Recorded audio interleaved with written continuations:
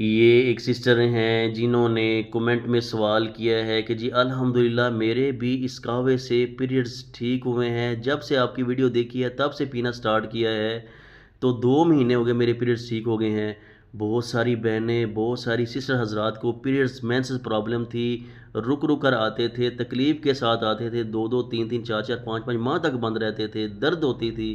तो ये कहवा पीना स्टार्ट किया तो उन्होंने मुझे कॉल करके कमेंट्स करके बताया कि भाई अल्हम्दुलिल्लाह हम ठीक हो चुके हैं।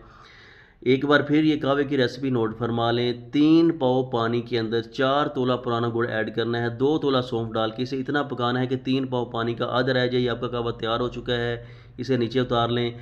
इसमें से आपने आधा कप लेना है इसी कहवे का, तो उसी कप के अंदर आपने आधा कप अरके गुलाब ऐड करना है। सुबह निहार मुँह और असर के बाद निहार मुँह आपने ये 7 से 8 दिन मुसलसल पीना है। इंशाल्लाह इसके इस्तेमाल से पीरियड्स मेंसेस खुल के आएंगे बगैर तकलीफ।